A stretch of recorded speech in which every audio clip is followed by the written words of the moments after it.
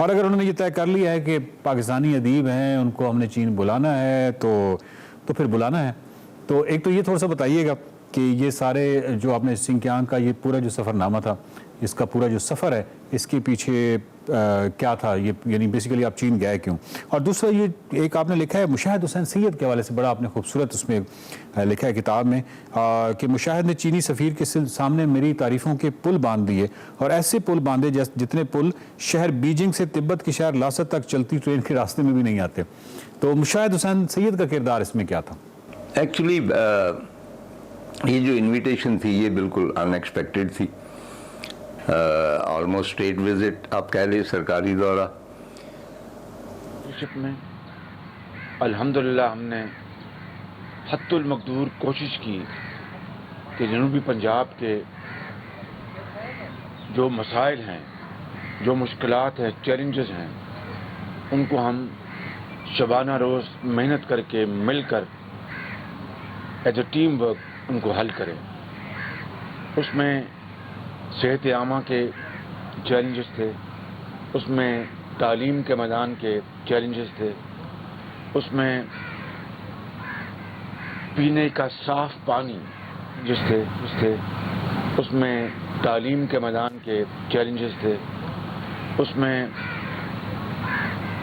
پینے کا صاف پانی ایک بڑا چیلنج تھا. خود ڈیرہ غازی خان ایک بہت بڑا چیلنج تھا، اور ہم نے پینے کے صاف پانی کے لیے ابتدا ہی جنوبی پنجاب سے شروع کی تھی، جس نے بعد میں وسطی پنجاب اور شمالی پنجاب میں جانا تھا.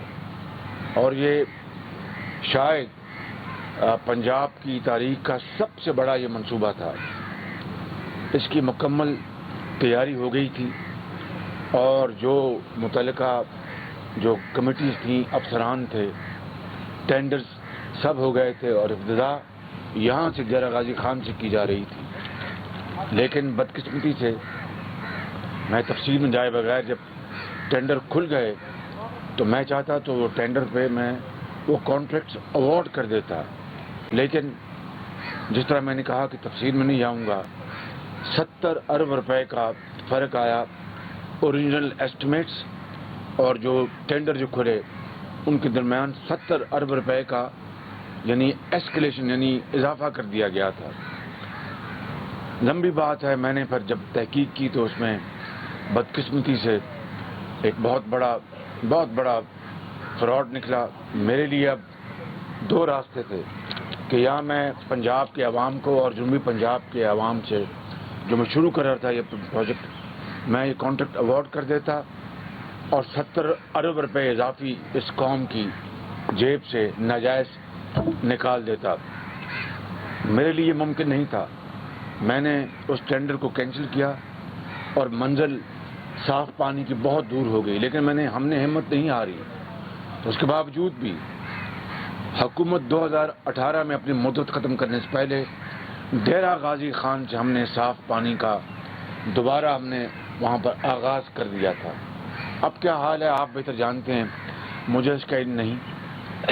اگر ہماری حکومت ہوتی تو ان 3.5 سالوں میں، بلکہ اس سے پہلے کہیں پہلے، پورے پنجاب میں کروڑوں لوگوں کو صاف پانی مل رہا ہوتا.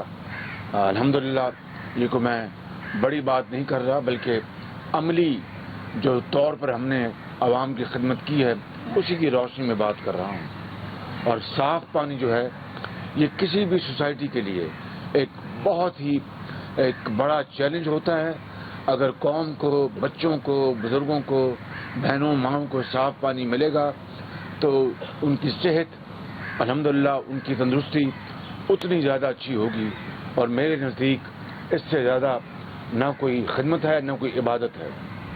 اسی طریقے سے یہاں پر ہسپتالوں کا جنوبی پنجاب میں جال بچھایا گیا. اسی ضلع میں غازی میڈیکل کالج بنایا گیا، اسی ضلع میں غازی یونیورسٹی بنائی گئی بچوں اور بچیوں کے لیے، اسی ضلع میں دانش اسکول بنایا گیا بچوں اور بچیوں کے لیے، جہاں پر یتیم بچے اور بچیاں تعلیم حاصل کرتی ہیں، غریب بچے اور بچیاں. اور میں ہمیشہ کہتا ہوں کہ دانش اسکول جو ہیں یہ ہم پلہ ہیں ایچسن کالج کے.